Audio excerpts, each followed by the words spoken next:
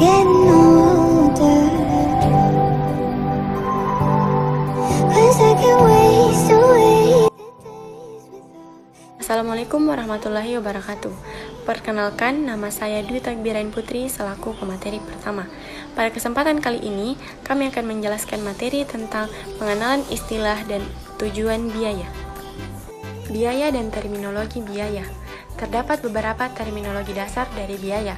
Yang pertama yaitu biaya itu sendiri. Para akuntan mendefinisikan biaya atau cost sebagai sumber daya yang dikorbankan untuk tujuan tertentu.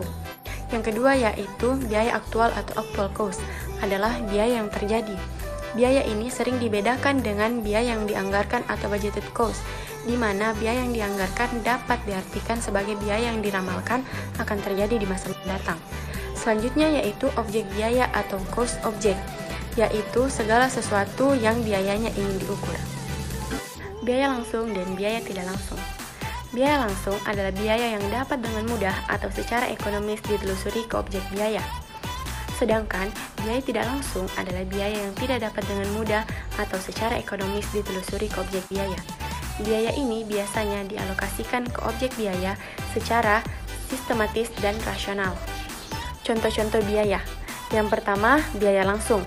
Contohnya seperti suku cadang dan gaji jalur produksi. Lalu yang kedua, biaya tidak langsung. Contohnya seperti listrik, biaya sewa, dan pajak properti. Saya Salamita Permatasari, selaku pemateri kedua akan melanjutkan materi yang dibacakan oleh Saudari Dwi Takbirani Putri, yaitu pola perilaku biaya. Pola perilaku biaya terbagi atas 5. Yang pertama yaitu biaya variabel atau variable cost, secara total berubah seiring dengan perubahan tingkat aktivitas atau volume. Dan yang kedua, biaya tetap atau fixed cost, tidak berubah secara total sekalipun ada perubahan pada tingkat aktivitas atau volume yang terkait. Dan yang ketiga, biaya didefinisikan tetap atau variabel jika dikaitkan dengan aktivitas tertentu atau periode waktu tertentu. Keempat, biaya variabel, yaitu konstan pada dasar per unit.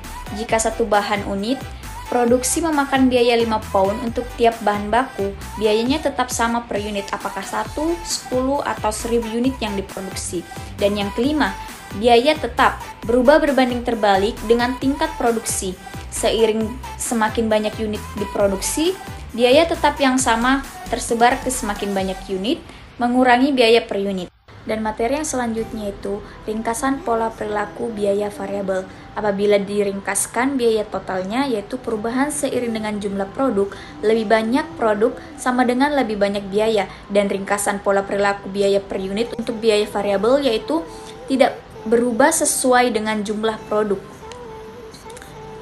Biaya tetap apabila masuk dalam biaya total tidak berubah sesuai dengan jumlah produk, dan apabila masuk dalam biaya per unit yaitu berubah berbanding terbalik dengan jumlah produk, lebih banyak produk sama dengan lebih rendah biaya per unit. Konsep-konsep lain tentang biaya. Yang pertama yaitu pemicu biaya atau cost driver. Variabel yang secara kausal atau sebab akibat mempengaruhi biaya dalam rentang waktu tertentu. Dan yang kedua, rentang yang relevan atau relevant range tentang tingkat aktivitas atau volume. Normal di mana ada hubungan khusus antara tingkat aktivitas atau volume dengan biaya tertentu, dan contohnya biaya tetap hanya tetap dalam rentang waktu relevan. Saya Nabila Misha Zahra selaku pemateri ketiga akan melanjutkan materi yang telah dibacakan oleh Salamita Permatasari. Yang pertama ada peringatan tentang biaya. Biaya unit sebaiknya digunakan secara hati-hati karena biaya satuan berubah seiring dengan tingkat jumlah produk atau volume. Kita lebih aman mendasarkan keputusan pada basis uang total. Yang kedua ada berbagai jenis perusahaan. Yang pertama ada perusahaan sektor manufaktur, yaitu membuat dan menjual produk mereka sendiri. Yang kedua ada perusahaan sektor perdagangan, yaitu membeli dan menjual produk kembali. Yang terakhir ada perusahaan sektor. Selanjutnya ada jenis-jenis persediaan. Yang pertama itu ada persediaan bahan langsung, yaitu sumber-sumber daya dalam stok dan tersedia untuk digunakan. Yang kedua itu ada persediaan barang dalam proses, yaitu barang-barang baru sebagian dikerjakan tetapi belum selesai dikerjakan, atau sering juga disebut dengan work in process. Yang terakhir itu ada persediaan barang jadi atau finished good, yaitu barang-barang yang telah selesai dikerjakan dan siap untuk dijual.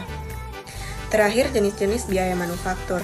Yang pertama ada biaya bahan langsung atau direct material cost, yang kedua ada biaya tenaga kerja langsung atau direct labor cost, dan yang terakhir ada biaya manufaktur tidak langsung, yaitu biaya-biaya pabrik yang tidak dapat ditelusuri ke produk. Saya Vita Desrianti Razak, selaku pemateri keempat, ingin melanjutkan materi yang dibacakan oleh saudari Nabila Mesya. Di sini saya akan membahas tentang perbedaan antara biaya-biaya. Ada dua biaya. Pertama, biaya persediaan atau inventoriable cost. Biaya-biaya manufaktur produk. Biaya-biaya ini dikapitalisasi sebagai aset persediaan sampai barang-barang terjual dan ditransfer ke biaya barang terjual. Dua, biaya periode atau period cost. Tidak punya nilai masa depan dan diperhitungkan sebagai beban. Selanjutnya, arus biaya. Bagian harga pokok produksi atau the cost of goods manufactured dan harga barang terjual atau cost of goods sold pada pernyataan pendapatan adalah representasi akuntansi dari arus biaya aktual melalui sistem produksi. Saya akan menjelaskan bagian harga pokok produksi perusahaan seluler produk untuk tahun yang berakhir 31 Desember 2007 dalam ribuan. Untuk menghitung biaya bahan langsung yang digunakan, pertama-tama kita harus mengetahui persediaan awal 1 Januari sebesar 11.000, ditambah dengan pembelian sebesar 73.000. Hasilnya, biaya bahan langsung yang tersedia untuk digunakan senilai 84.000. Selanjutnya, kita kurangi dengan persediaan akhir 31 Desember senilai 8.000. Hasilnya, biaya langsung yang digunakan sebesar 76.000. Terdapat tenaga kerja langsung sebesar 9.000. Selanjutnya, overhead manufaktur terdiri dari tenaga kerja tidak langsung sebesar 7.000, perlengkapan sebesar 2.000, pemanas listrik dan tenaga sebesar 5.000, penyusutan bangunan pabrik sebesar 2.000, penyusutan peralatan pabrik sebesar 3.000, dan biaya lainnya sebesar 1.000. Total biaya overhead manufaktur sebesar 20.000. Selanjutnya, kita jumlahkan dengan bahan langsung yang digunakan sebesar 76.000 ditambah dengan tenaga kerja langsung sebesar 9.000 ditambah dengan biaya overhead manufaktur totalnya 20.000. Jadi, biaya manufaktur terjadi selama 2007 sebesar 105.000. Persediaan barang proses awal 1 Januari sebesar 6.000. Jadi, biaya manufaktur total untuk diperhitungkan sebesar 111.000. Selanjutnya, persediaan barang proses akhir 31 Desember sebesar 7.000. 111.000 dikurang 7.000, hasilnya harga pokok produksi senilai 104.000. Selanjutnya saya akan menjelaskan tentang laporan laba rugi. Laporan laba rugi adalah salah satu laporan keuangan yang dapat mengetahui jumlah total pendapatan dan pengeluaran, baik harga pokok penjualan maupun beban operasional.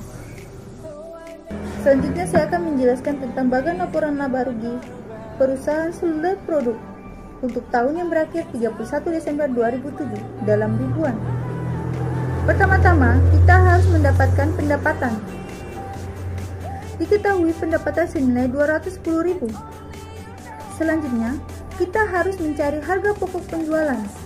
Harga pokok penjualan didapat dari barang jadi awal 1 Januari sebesar 22.000 ditambah dengan harga pokok produksi sebesar 104.000. Barang tersedia untuk dijual sebesar 126.000.